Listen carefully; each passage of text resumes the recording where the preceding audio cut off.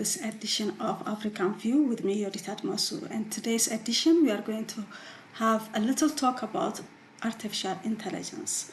Artificial intelligence is becoming very popular. We are using it everywhere in every aspect of our life. So, what is it about, and how are we going to monitor it? Who is going to control it? We are going to discuss about this and many more other topics with Mr. Swapneel Mehta. Welcome.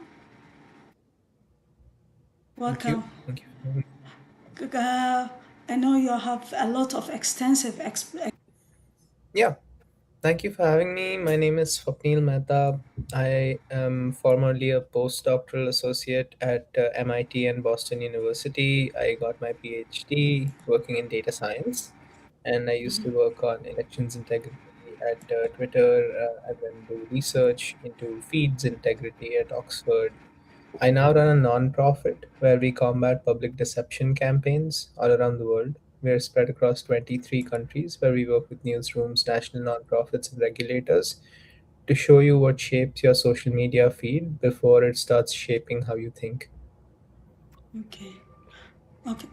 Thank you very much. That's very interesting. So we are going to discuss about Africa and the AI use. So Africa is embracing artificial intelligence faster than like any other developing nation, and at unprecedented pace we are using it. So do you think Africa is ready for AI, or are we biting more than what we can chew? What do you think? I think it's a good question. The idea of being ready for AI is one that's kind of unexpected because I don't think any country has been completely ready for the changes that AI has brought about. And that's exactly why we have discussions about job loss and is it replacing humans or is it augmenting humans? What are the potential economic impacts and societal impacts and climate impacts of AI? So I think it's a stretch to say any country was completely ready for the disruption that AI has brought about it.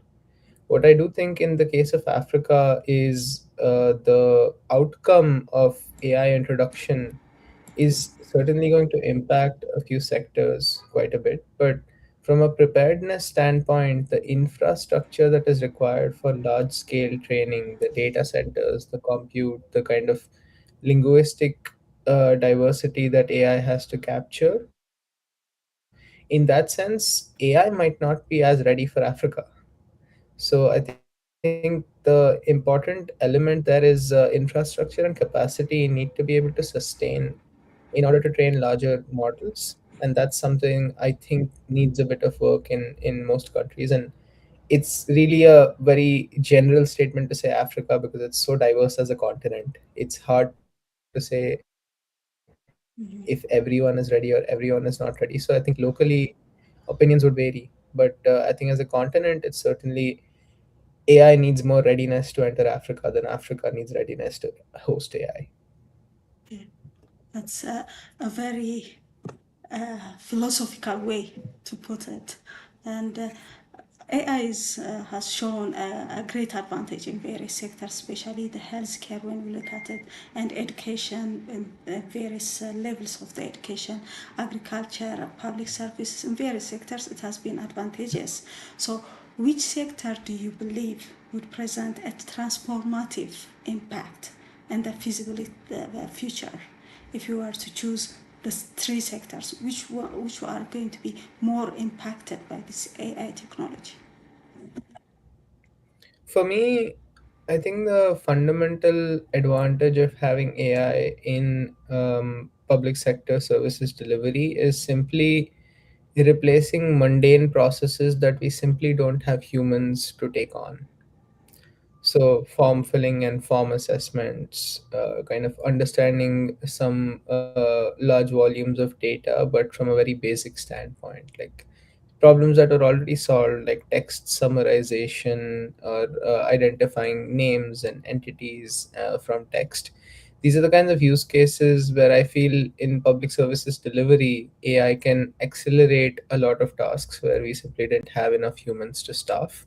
The other two sectors that I feel are very promising are one, healthcare, and the second, potentially agriculture.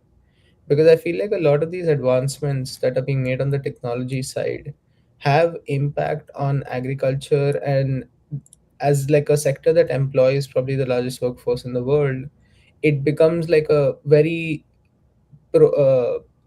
scalable outcome. Even if you solve one tiny problem in agriculture, it ends up impacting a lot more people. Similarly for healthcare, right? Like if you solve one set of problems in healthcare, whether it is on the diagnostic side, whether it is on the kind of drug delivery side, whether it is on the patient understanding side, the sheer scale of people that require healthcare services that could be impacted by this make it a very lucrative area to deploy good, reliable AI systems. Uh, quite interesting. Thank you very much. So it's going to be used by various sectors, and it's going to be very advantageous, especially for Africa that's relying heavily on agriculture. Utilizing this kind of artificial intelligence could be the key to feeding the continent or self-reliance in the food sector. I'm guessing that's the point that we are going to make. Mhm. Yes. Okay. Yes. So there are two sides to everything, and when it comes to AI, we are observing it being used to create fake news and to spread misinformation, commit fraud. Just the other day, I was looking at a social media, and there was a reel about a religious leader saying something that's against the belief of that person, and people that are following, they see that person talking, they see that it's that person, but it is talking about something negative. So how are we going to realize or how monitor these kinds of things? How do we know that it's fake, and how do we, become reliable? When we look at these forms, which form of AI abuse should African governments look out for? So here's the thing that I have found in the last several years of working in this space, especially on the rebuilding of digital trust. The challenge that we're dealing with now is you cannot trust most things you see online, because Yes. there could be potential manipulation of the content, of the agenda, of the narrative, of the people who are promoting the content. So there are different levels of public deception that influence what we see every day. And we have seen this in the case of elections, healthcare, democracy, and policy.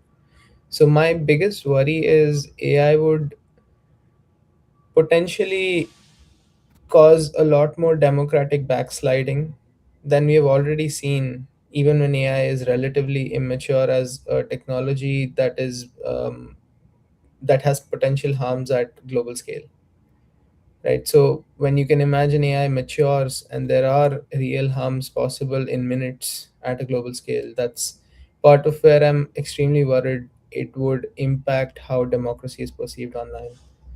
The solution is not an easy one to think about, but what we have so far thought about is the fact that in general humans are better at detecting or determining if content is trustworthy when they spend some time thinking about the content. Whenever you scroll past a post on social media, as you brought up, you're not really thinking about the content because your mind is already at the next piece of content that you're scrolling to, and therefore your ability to discern or identify, hey, should I really believe what this previous post said, is already affected because you see a very large volume of content. And this gets even worse when you move from text based content to video based content, because it simply overwhelms our sensory perception or our ability to quickly identify potentially misleading signals. So, what we do at my nonprofit is try to make those signals accessible to the same human beings that are trying to scroll past these posts. just so that you think twice before you share something, before you like something, before you post a response to it, or before you promote it or forward it to a different group.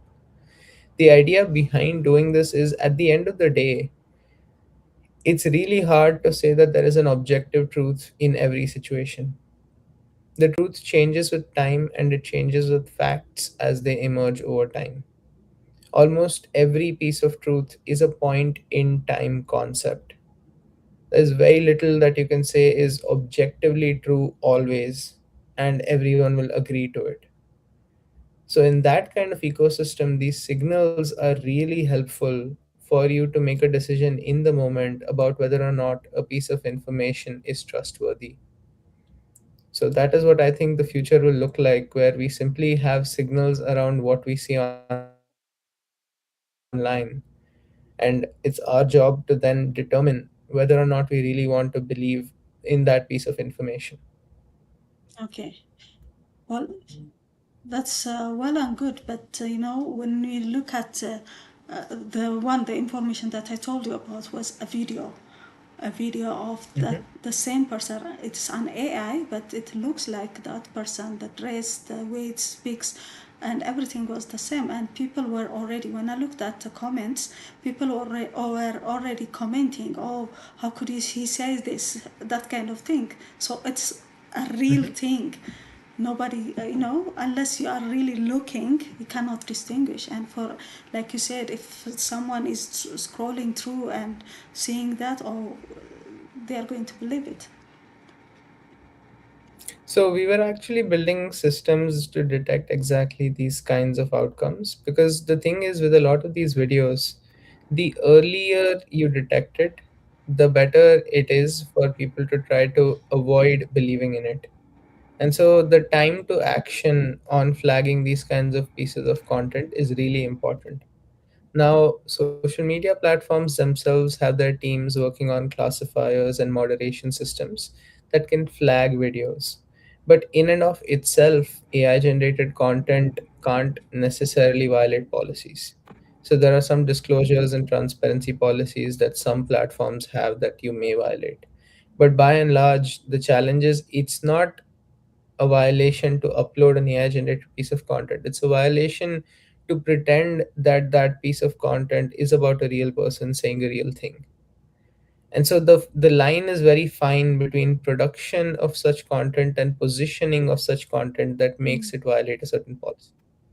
And that's where it's really important for us to build decentralized systems. You can't rely on every platform to adjudicate its own content, because we have seen historically that there are two problems there. One, most of them are not good at moderating content in languages outside of English to the level that they can moderate English language content, which means the rest of the world is going to suffer more than the English speaking countries that primarily consume that content.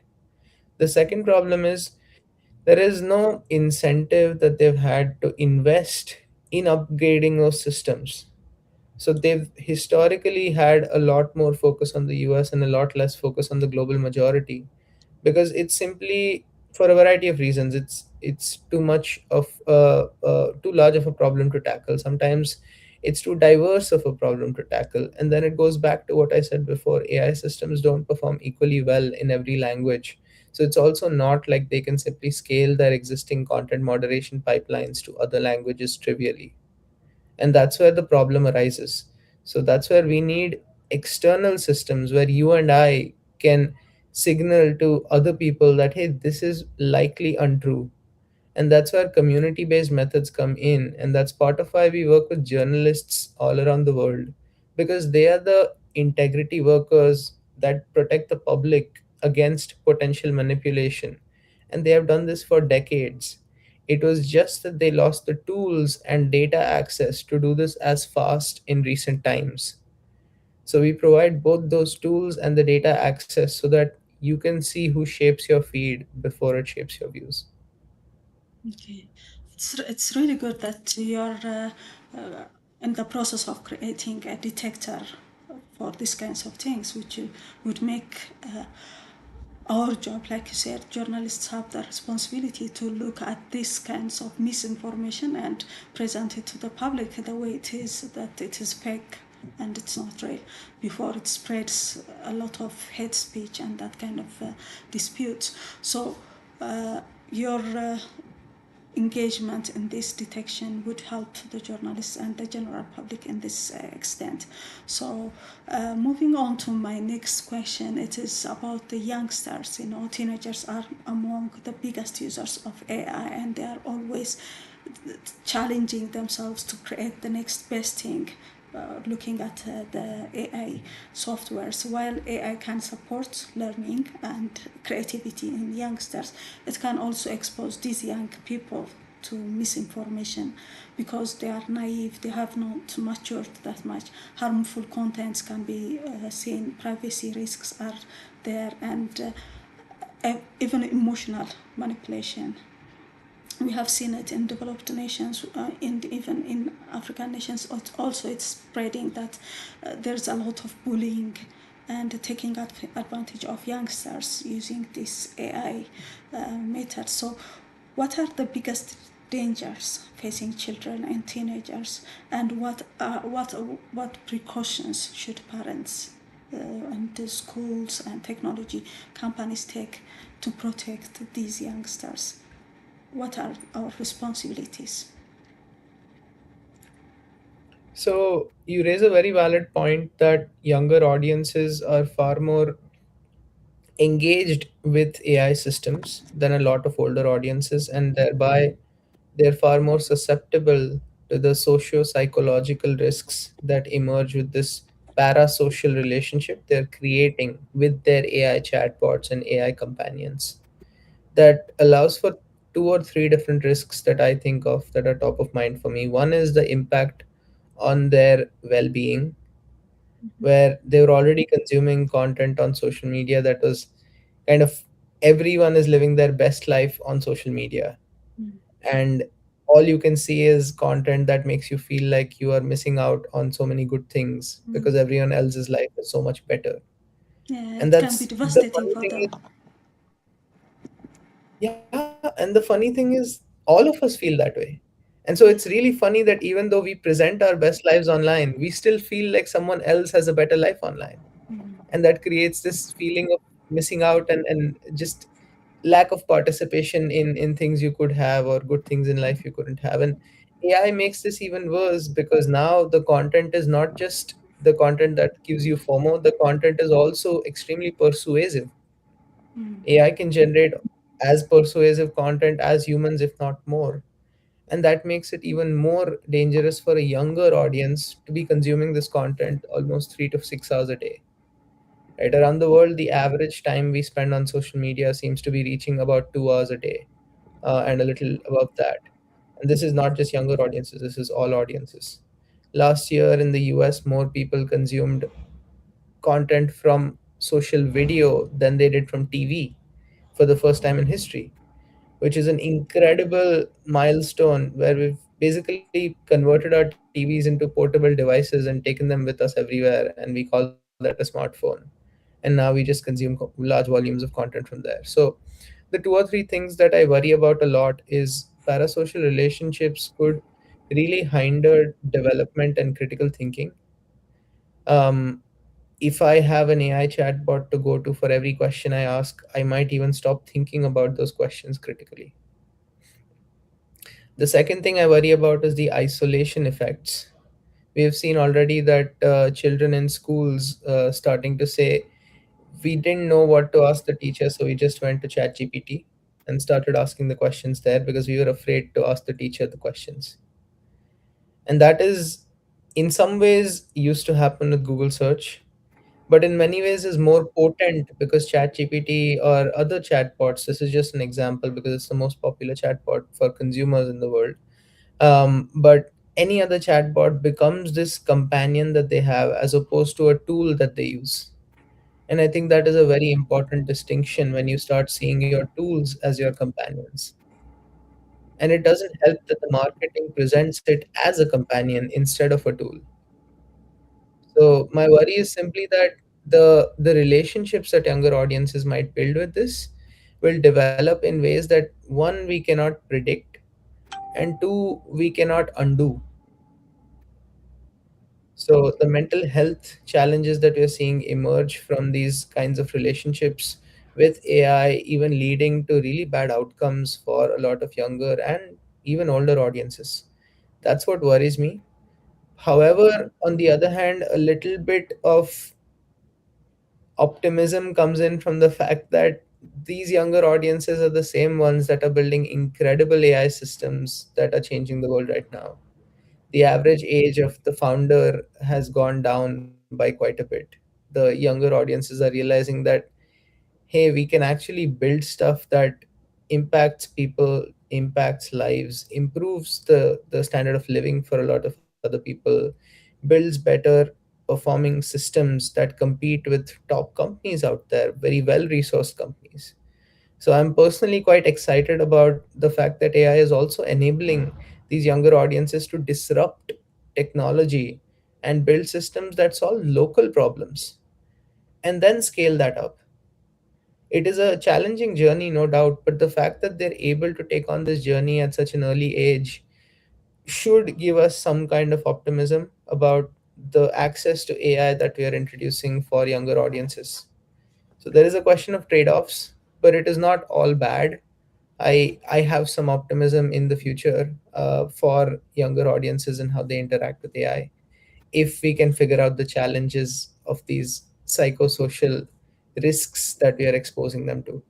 Exactly, especially now that when we look at European countries, some of them have banned computers totally from their elementary schools, from their schools, because they want their children to be free of this technology for them to explore before they, they face the technology of this world. So it's a debate, like you said, should we introduce them and let them be creative in the AI technologies, or should we ban them till it is time for them to face the reality? How do you handle that? It's just a dilemma. I think it is an important dilemma to tackle because I don't think bans work as successfully as people make it sound. I do think kids have a way of figuring out how to get to a technology, especially when they're not allowed to access it. Yeah, So, in that sense, yes, we can try bans, but I don't think in the long run a ban is a solution.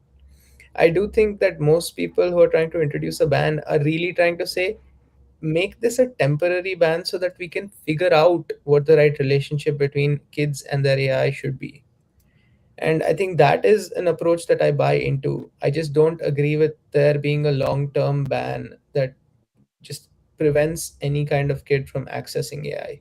And we should have a distinction here. Like when I say kid, I mean like in their teens, a little older than their teens. So I don't mean like an 8-year old or a 6-year old should have an AI chatbot. I certainly agree that that is not a great idea.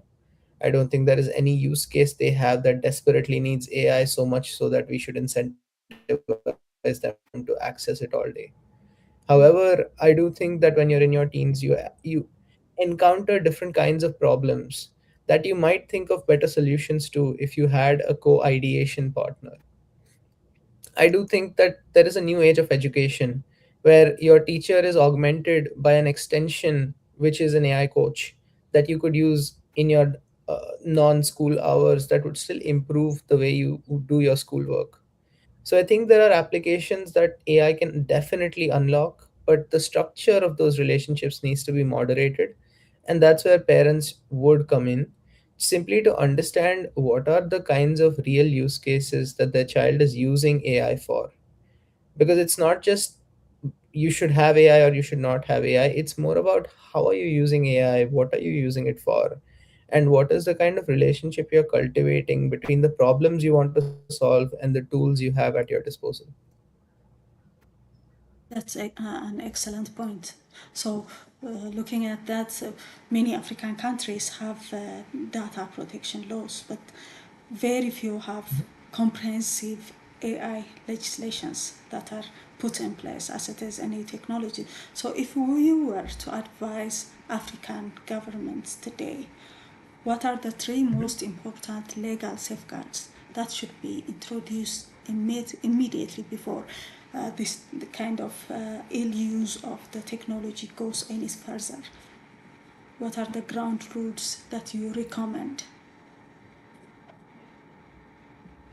So, funnily enough, I did have a chance to actually speak to a lot of African governments through this program at the Policy Center for the New South in Morocco, which runs the Atlantic Dialogues Conference. And I was one of their Atlantic Dialogues emerging leaders not too long ago. So, the points that I had made back then, again, were about wider Atlantic challenges and the role of youth in helping solve those challenges. I'll start with the question you asked and then get to the other point that I wanted to make. I think from a data protection standpoint, the operating principle that governments should think about is we are very good at machine learning. We are not very good at machine unlearning. What that means is once you actually use your data to train a model, it's very hard to undo that process. And we have seen this in the images and video case where really large language models were created using massive data sets that had really harmful content from a child safety standpoint in those data sets that was only discovered much later. But these models were out there. There were different versions of them. There were open source checkpoints, benchmarks, smaller models, larger models, all trained on content that could have been very harmful. Pornographic content and child sexual abuse material potentially made its way into data sets outside of this as well. And so once those models are out there, there are people who are going to use models. There are people who are going to generate sexual content. There are people who are going to generate content that is potentially very harmful to younger audiences as well as older audiences. So I raise that as a point because child safety is something that governments often take much more seriously than other areas. So even if you're not thinking about data protection purely from the perspective of protecting the public, at least these kinds of use cases should be stirring you up to action to protect the data from younger audiences from getting into machine learning models without their consent or without the consent of a guardian. I just use that as a point to try to get people to think about this. However, the challenges go beyond just child safety, right? The challenges that you're going to run into when it comes to sovereign AI models are mostly around governance, around the compute and capacity needed to kind of host those models locally, and around moderation. Because when those models produce harmful content, you're going to have to already have the guardrails in place before you deploy the models, because the next thing you know, people are getting instructions to make weapons from these models. You cannot deploy these models without appropriate safety systems in place, not just to avoid the generation of this harmful content, but also to act when it messes up and this content is generated and sent out to people. We saw private details leaked by models for the data that it was trained on involving private details of people that it then leaked. We have seen cases where models were sycophantic and simply agreed with whatever you had to say, to the point where people went delusional, trying to believe that they have discovered some new theories or changed the way science works and things like that. Right? We have an ongoing debate about whether models are sentient and whether models have a life in that sense. So there are multiple challenges that emerge downstream that are in the scope of societal impact of these models that governments need to be prepared to deal with.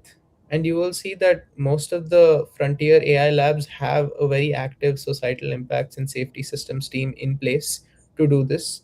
One way to try to assess this is see the hiring, see the roles that they're hiring for, and the kinds of teams that they're building out. And you will see that one of the biggest areas that at least I see teams constantly hiring is chemical, biological, and nuclear risks. Because these are real challenges that even if we have a problem one time, there may be no coming back from that.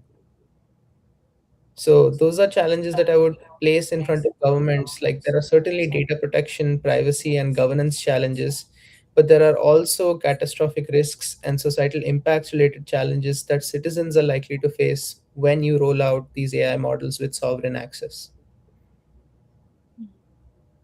That's a huge risk or something that's really critical thing that we the governments have to really think about, because like you said, AI is very vast and it could be used in any shape or form, so people can use it for the good or for the bad. That's a risk. So one of the biggest questions surrounding AI is accountability. People using it have to be accountable. So, like you said, people can manufacture it and they can put it in on social media. So, who's going to be held accountable for this if an AI system causes harm, or for example, if there is a misfunction during a medical procedures, or if there is financial fraud. I think recently there was a news on regarding that an AI or something has been involved in some kind of financial disruptions. So who is going to be held accountable for this? The creators of AI or the ones that are using it? Who is going to be held accountable for this disrupting? Right now, the challenge that we are facing is accountability is entirely a post hoc concept with full responsibility placed on the consumers of the content. Right? When you see something on social media, it is your job to ascertain whether this is true or false, whether to believe this, share this, or not share this. That has been the prevalent norm since even before AI came in, where a majority of the content we consume was our responsibility to try to adjudicate. Now, with AI, the challenge is shifting a little bit where governments are trying to hold model developers responsible for the kinds of outputs their models produce. It's not been successful yet. However, the idea behind this is to try to move the responsibility upstream. Because if you provide a model or a service and put it out there in the world, why would you not be responsible for the outputs it produces? That's the kind of logical reasoning that is being applied here. On the other hand, the companies are presenting this as we created a tool or a software or a product. It's up to you to use it, and therefore you are the one responsible for trying to moderate its misuse. I think there will end up being a balance between the model, like the frontier labs that are the model providers, and between the technology developers who are the ones providing services around these models. The challenge that we deal with is there are so many kinds of services possible that just physically it would be impossible for any kind of large company to try to tackle harms along each of these verticals. So then either you are saying that you cut off access and only allows a limited set of use cases, or what you're saying is you simply can't take all the responsibility. That's the operating principle, I think, on which we will design these governance systems for accountability. But my view is, I think it will be a shared responsibility between the people developing the technology or providing the service and the people building the models and providing the models itself. It's a lot of responsibility, especially for the users. They have to make sure, or they have to update themselves on the technology and what is real and what's fake. They have to really know about these things. So in order not to spread false information. So it's everybody's responsibility. Certainly, the journalists and the general public have all a stake in this. So my next question is, around the world, countries are developing, like the US, are beginning to regulate AI, its use and to what extent it is going to be used, and frameworks are such as the Free European Union AI Act are being developed. Should African countries develop its own AI? governance framework through the African Union, or should each country create its own law, which is ideal for Africans as a group, as an African Union, or individually? What do you think? I think it will end up being a shared framework. What I think applies across the table, there are a set of rules where you don't want any kind of AI models to admit catastrophic risks, the chemical, biological, nuclear challenges that might emerge from AI models. I don't think any country in the world wants to have AI models produce that kind of output. Right? On the other hand, there are healthcare specific nuances that in some countries are different from other countries. So, for example, in certain parts of India, if you recommend certain kinds of foods, people are not going to listen to it because this is not their culture to try to consume that kind of food. Even though that food may have medicinal value, even though that medicine may actually cure particular diseases that they have, it's simply not culturally aligned and the norms don't allow for it. So, where there is a normative question that influences what decisions people make, that's where you will have to have local regulation. And in that sense, I mean the state coming in and saying this is how we are going to govern the AI systems. However, there are a certain set of challenges that all countries are likely to face when AI is deployed to their public. On those fronts, it is going to be easier if we have a shared framework and say, hey, we agree to these kind of 8 or 10 principles on which we operate. And then within these principles, the pieces of kind of state level regulation. The point is, like I've said, it's a very wide and evolving, day by day evolving technology, and some people worry that strict regulations could slow innovation, while others believe that lack of regulation could expose society to serious harm or misinformation damage, whatever you have it. How can Africa balance these two extremes? Encouraging innovation at the same time protecting its people, its citizens. How are the African leaders, African society, African IT experts like yourselves are going to deal with this kind of dilemma? What's the balance here? So, my personal view is always that regulation has historically always trailed innovation. I don't think there have been many industries that we can cite examples of where there was regulation and therefore innovation completely failed to occur. In fact, in most industries, or I would say there are far more examples of there being regulation and innovation still finding a way. So I would argue a little bit that the regulation may be overblown when people say regulation is going to stifle or kill innovation, because innovation has a way of finding a way to rear up its head and disrupt anyway. On the other hand, I do understand that the challenge that people are trying to talk about there is policymakers and practitioners are disjoint audiences, or just there are very few practitioners who turn into policymakers and vice versa, which means that policy is always at a disadvantage in terms of understanding how industry works.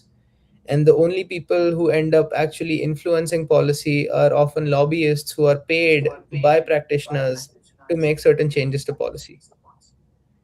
Right. So it turns out that the one resource that policymakers have access to is not an unbiased resource to understand how industry works. And that's where we have problems where regulation is either has no teeth or it has too many teeth. I feel with the right consultations, with the right involvement of multilateral stakeholders, states can make a huge difference to the way AI is deployed with regulation in place. And there, again, I will allude to the previous challenge I laid out. This is not a one time process.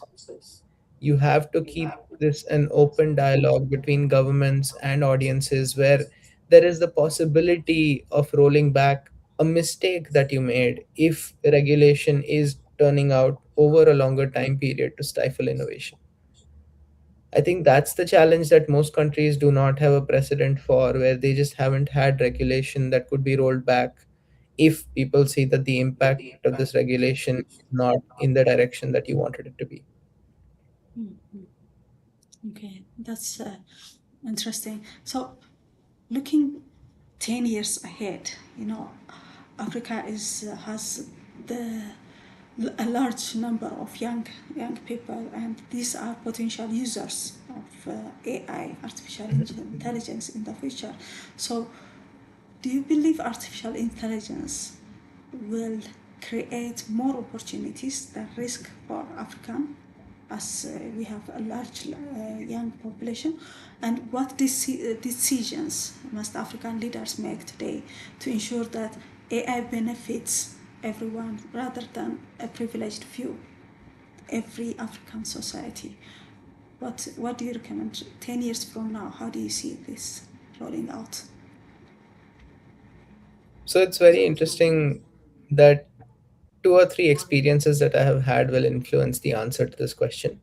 The first is I'm on the board of an organization called the Integrity Institute that is trying to advise policymakers in and around the world, primarily US, Europe, Latin America, and we're starting to move into countries in Asia and Africa as well. Because a lot of this same challenges have been faced in other countries that you are enlisting Africa is now likely to face.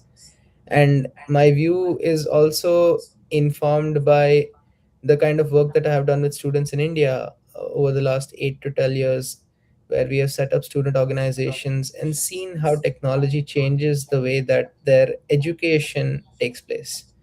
Right, education is moving more and more outside the classroom over the last 8 to 10 years, at least in my view, in most countries around the world. Whether you say that's internships, whether you say that is AI actually giving them the ability to build their technologies, whether you say that it is online lectures, massive on open online courses have now become very popular around the world. And you can get videos from universities all around the world that you can then actually take as a course. So in that sense, I think the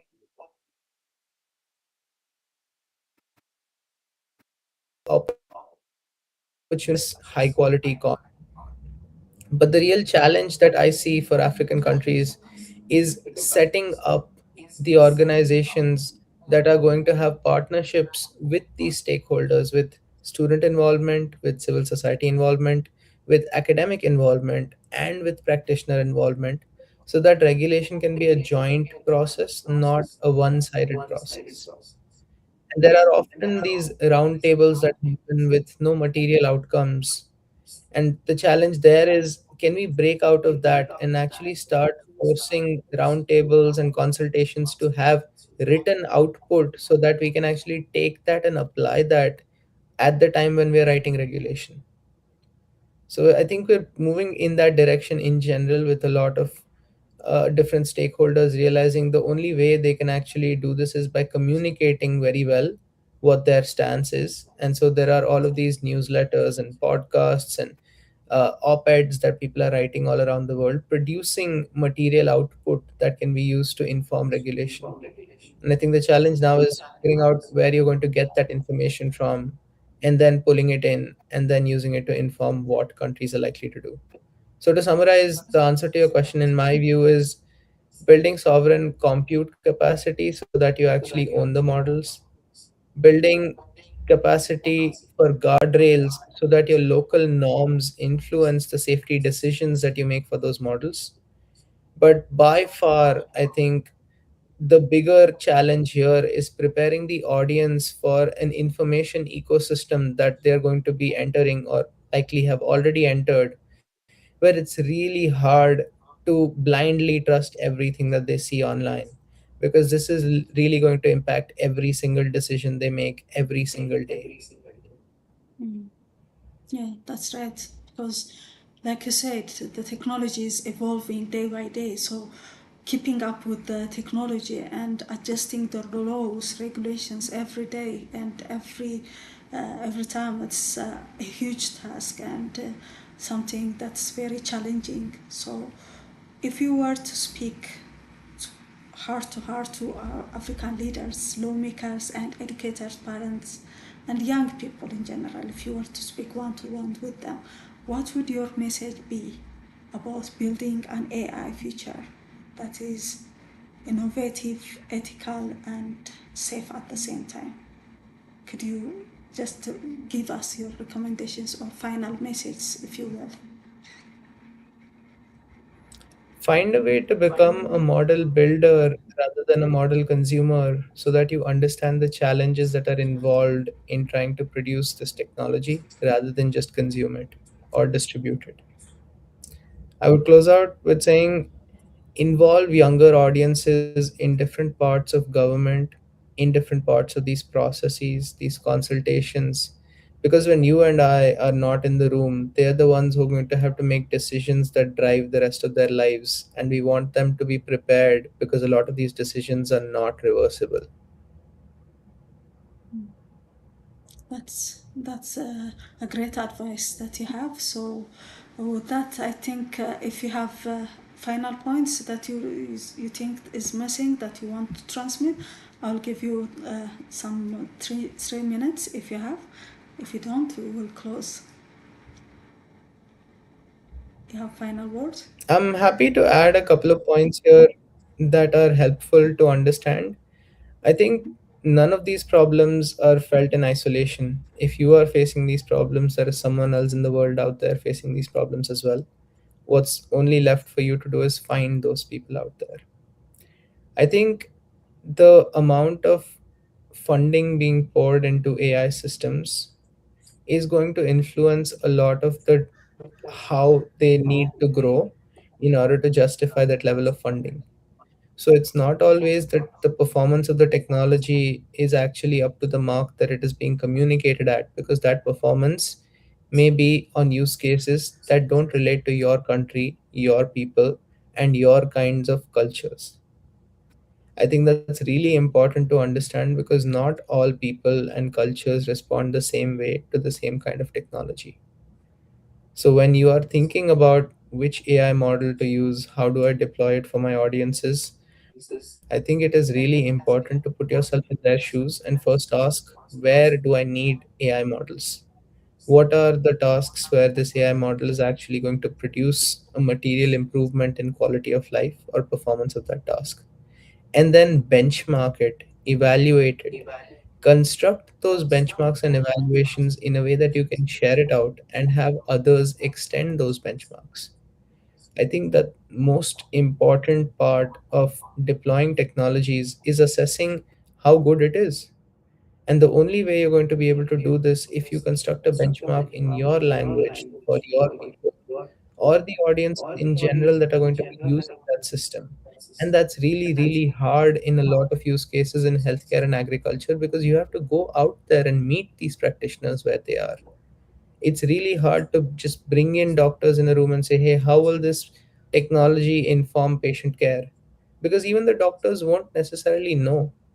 So you will have to construct field experiments where you take this technology to the people and evaluate how well it does in the field before saying this is going to change the way your entire work flows.